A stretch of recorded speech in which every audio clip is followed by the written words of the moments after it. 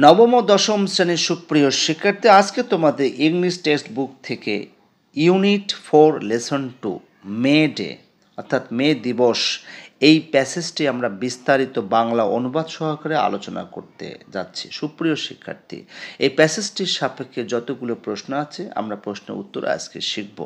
তাহলে আমরা শুরু করছি।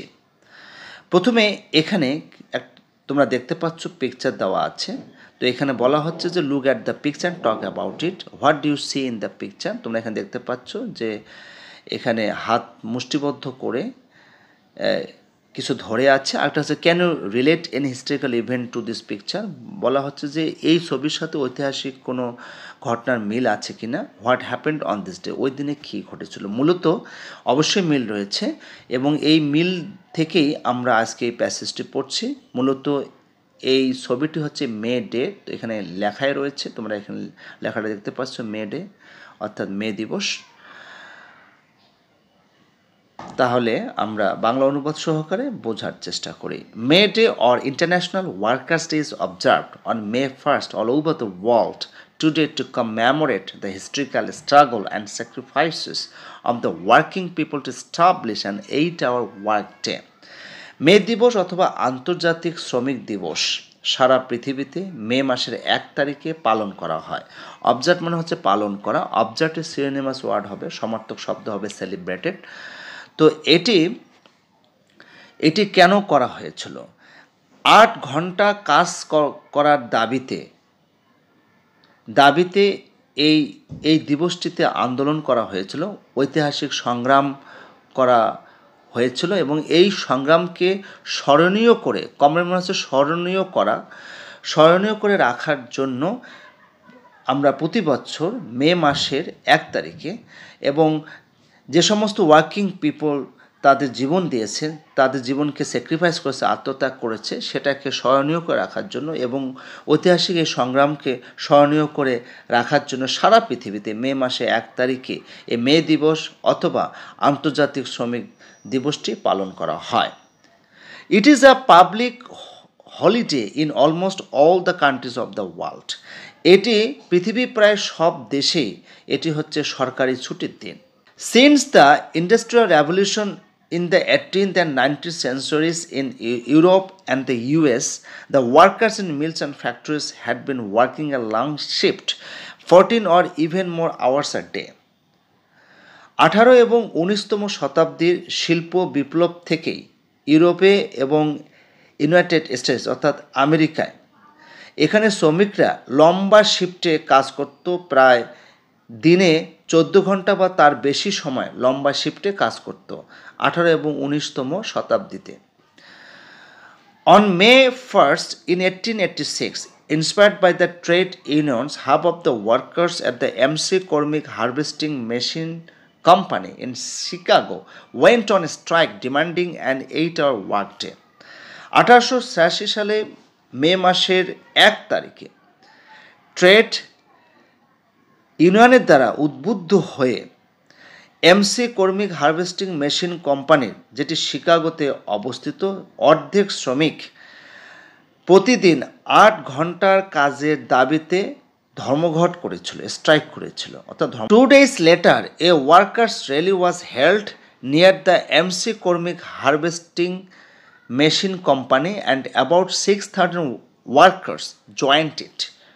2 দিন পরে এক শ্রমিকদের একটা র্যালি, একটা মিছিল এমসি কর্মিক হারভেস্টিং মেশিন কোম্পানির নিকটে অনুষ্ঠিত হয়েছিল এবং সেখানে প্রায় 6,000 কর্মী যোগদান করেছিল অর্থাৎ শ্রমিক যোগদান করেছিল।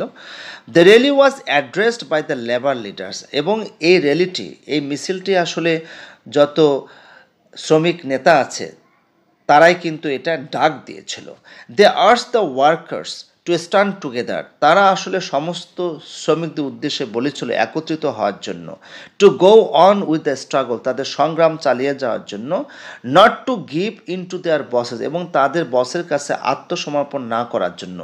গিভ ইন মানে হচ্ছে আত্মসমর্পণ করা, সারেন্ডার করা। At one point of the rally, some strike breakers started leaving the meeting place. তো র্যালির এক পর্যায়ে কিছু আন্দোলনকারী মানে যারা আন্দোলনটাকে মানে না করতে চাচ্ছে, সেখান থেকে তারা মিটিংটা ত্যাগ করতে শুরু করেছিল। কিছু স্ট্রাইক ব্রেকার, অর্থাৎ তারা এই ধর্মঘট ভাঙতে চেয়েছিল, আর সেই জন্য তারা মিটিং প্লেসটা ত্যাগ করা শুরু করেছিল। The strikers went down the street to bring them back, কিন্তু অন্যান্য যারা স্ট্রাইকার ছিল, মানে যারা আন্দোলনরত ছিল, তারা কি করলো, তাদেরকে ফিরিয়ে নিয়ে আসার জন্য আবার রাস্তায় নামলো।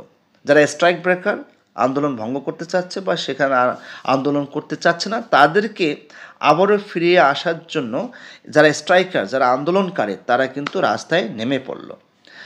Suddenly about 200 policeman attack them with clubs and রিভলভার্স। হঠাৎ করে প্রায় 200 জন পুলিশ, তারা বন্দুক এবং ক্লাবস নিয়ে, হাতে অস্ত্রশস্ত্র নিয়ে আক্রমণ করেছিল। One striker was killed instantly, একজন আন্দোলনকারী সঙ্গে সঙ্গে মৃত্যুবরণ করেছিল। 5 or 6 others war seriously wounded, এবং 5 থেকে 6 জন মারাত্মকভাবে আহত হয়েছিল। And many others war injured, এবং অনেকে আহত হয়েছিল। তার মানে হচ্ছে একজন সঙ্গে সঙ্গে মারা গিয়েছিল, 5 অথবা 6 জন মারাত্মক আহত হয়েছে, আর অন্যরা একটু হালকা আহত হয়েছিল। The events of May 1, 1886 are a reminder. আসলে এই যে 1886 সালে মে মাসে 1 তারিখে যে ঘটনাটা, এটা হচ্ছে মূলত একটা রিমাইন্ডার, আমাদেরকে মনে করে দিচ্ছে যে workers will continue to be exploited until they stand up and speak out to gain better working conditions, better pay and better lives.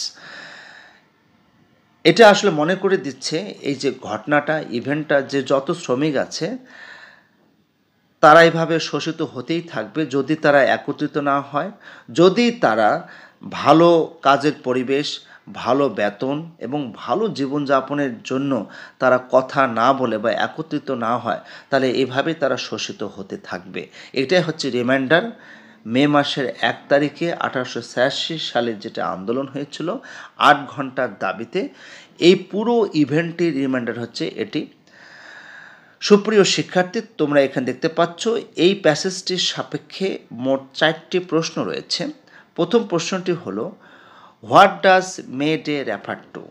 তো আমরা বলতে পারি May Day refers to international workers day, অর্থাৎ আন্তর্জাতিক শ্রমিক দিবস, যেটি আমাদের এই প্যাসেজের মধ্যে রয়েছে। এই যে ইন্টারন্যাশনাল ওয়ার্কার্স ডে, আন্তর্জাতিক শ্রমিক দিবস। ছোট্ট একটি প্রশ্ন এবং ছোট্ট উত্তরও কিন্তু প্রদান করা হলো। এরপরে আছে, how long did the workers have to work in a day before the May 1 strike? May মাসে 1 তারিখে ধর্মঘটের পূর্বে শ্রমিকদেরকে কত ঘন্টা কাজ করতে হয়েছিল? উত্তরটা হবে, আমরা প্রশ্ন থেকে উত্তর লিখব। প্রথমে লিখব হচ্ছে, the workers had to work in a day 14 hours or even more than 14 hours before the May 1 strike. এটা উত্তর হবে। সি নাম্বার প্রশ্নটি হলো, why did the workers in Chicago go on a strike?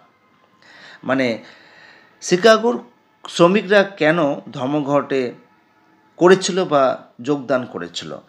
এটি স্পষ্ট, 8 ঘন্টার দাবিতে। উত্তরটা হবে এরকম, the workers in Chicago went on a strike to establish 8 hours a day, অর্থাৎ প্রতিদিন 8 ঘন্টা তারা কাজ করবে, এই দাবিতে তারা কিন্তু ধর্মঘট করেছিল।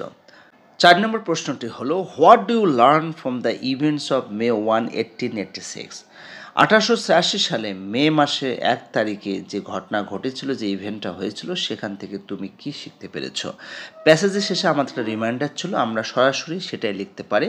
আমরা এভাবে লিখব যে, I learn from the events of May 1, 1886 that, তারপরে আমরা প্যাসেজে চলে যাচ্ছি, আমরা এটুক লিখব, workers will continue to be exploited until they stand up and speak out to gain better working conditions, better pay and better lives.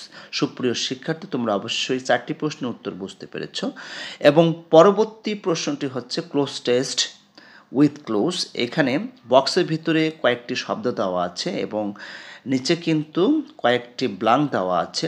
নির্দিষ্ট ব্লাঙ্কে নির্দিষ্ট প্রয়োজনীয় যে শব্দ সেটা বসাতে হবে। এখানে প্রথমে দেওয়া আছে অ্যাট মানে যোগ করা, অ্যারাইভ মানে পৌঁছানো, বিগিন মানে শুরু করা, ডু মানে করা, হিয়ার মানে শোনা, লিভ মানে বসবাস করা, সেড মানে পাঠানো, সাপোর্ট মানে সাহায্য করা, ট্রিট পদদলিত করা, ওয়ার্ক মানে হচ্ছে কাজ করা। তাহলে আমরা এখন দেখি কোন ব্লাঙ্কে কোন শব্দটি বসবে। প্রথমে দেওয়া আছে Tania is a poor garment worker. Tania একজন গরিব গার্মেন্ট শ্রমিক। শি ওয়ার্কস, এখানে হবে ওয়ার্কস। এই ওয়ার্কের সাথে আমরা এর যোগ করব, কারণ সেটা হচ্ছে থার্ড পারসন সিঙ্গুলার নাম্বার, সেই জন্য এর যোগ করতে হবে। Works in a big garment factory in Gazipur. সে গাজীপুরের একটা বড় গার্মেন্ট ফ্যাক্টরিতে কাজ করে। শি লিভস মানে বসবাস করা, she third person singular number, সেই জন্য লিভের সাথে আমরা এর যোগ করব। She lives in a slum with a few fellow workers. She works 8 hours a day on a monthly salary of taka 3000। সে প্রতি মাসে 3000 টাকা পায়, এরকম মর্মে 8 ঘন্টা কাজ করে। সে ডাজ ওভার টাইম, সে ওভার টাইমও করে। টু অ্যাড, এখানে হবে অ্যাড যোগ করা। এই যে টু এর পরে ভার্বের সবসময় প্রেজেন্ট ফর্ম বসে। তো আমরা এখানে দেব হচ্ছে add some more money to her income. তার ইনকামে আরও অধিক টাকা যোগ করার জন্য সে ওভার টাইম করে। If she can save something, যদি সে কোনো টাকা সে সেভ করতে পারে, সে এগুলো পাঠায় তার বাবার কাছে। তো এখানে পাঠানোর ইংরেজি কি? সেন্ড। এটা হবে সেন্ডস। সেটা যেহেতু থার্ড পারসন সিঙ্গুলার নাম্বার, এই সেন্ডের শেষে আমরা এর যোগ করব। এটা হবে she sends it to her father to support the family. তার পরিবারকে সাহায্য করার জন্য, এখানে হবে support. One day Tania was busy her work in the factory. এখানে হবে ডু, অর্থাৎ আমাদের কিন্তু বক্সে দেওয়া আছে ডু, এখানে হবে ডুইং। মানে একদিন তানিয়া তার ফ্যাক্টরিতে কাজ নিয়ে খুব ব্যস্ত ছিল। এখানে বিজি, ডুইং হবে। বিজি হচ্ছে অ্যাডজেক্টিভ, আর অ্যাডজেক্টিভ পরে ভার্ব বসালে আমাদেরকে আইএনজি যুক্ত করতে হয়, এটা হবে doing. Suddenly she heart, HEARD, heart someone shouting fire fire, এবং সে হঠাৎ করে কাউকে আগুন আগুন শুনল, মানে সে আগুন আগুন বলে চিৎকার করছে, এটা সে শুনল। তো শোনার ইংরেজি কিন্তু বক্সে দেওয়া ছিল হিয়ার, এটা পাস্ট ফর্ম করতে হবে, যেহেতু এটা পাস্ট টেন্সে কিন্তু শুরু হয়ে গেছে প্যাসেজটা, সেজন্য এখানে হার্ট হবে। The workers war panic stricken, শ্রমিকরা অনেক ভয়ে ভীত ছিল। অ্যান্ড এভরি ওয়ান, এবং সবাই সিঁড়ি বেয়ে নামতে শুরু করলো। তো শুরু করা ইংরেজি কী আছে এখানে? বিগিন। এটা পাস্ট ফর্ম হবে বিগ্যান। ওকে, বানানটা হবে BEGAN, বিগ্যান। এর there were not enough staircases, অর্থাৎ in the factory building, factory বিল্ডিংয়ে কিন্তু যথেষ্ট সিঁড়ি ছিল না।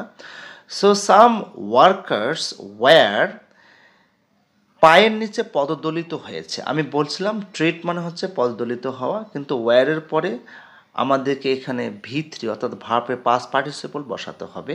ট্রিডের পাস্ট পার্টিসিপল দুটো রয়েছে, একটা হচ্ছে ট্রোট TROD, আরেকটা হচ্ছে ট্রোডেন TRODDEN। তাহলে আমি ট্রোডেনটাই চয়েস করছি। এখানে আমরা দেবো ট্রোডেন TRODDEN, অর্থাৎ some workers are trodden under the foot, পায়ের নিচে পদদলিত হয়েছিল। And others were injured in some other ways, এবং অন্যরা বিভিন্নভাবে আহত হয়েছিল। However the fire brigade there in minutes and nothing serious happen. যাই হোক, কিছুক্ষণের কয়েক মিনিটের মধ্যেই আসলে ফায়ার ব্রিগেড পৌঁছেছিল এবং মারাত্মক কিছু ঘটে নাই। সুপ্রিয় শিক্ষার্থী, এভাবে তোমাদের ক্লোজ টেস্ট উইথ ক্লোজগুলো বুঝে বুঝে করতে হবে। আজকে এই পর্যন্তই, সবাই ভালো থাকবে।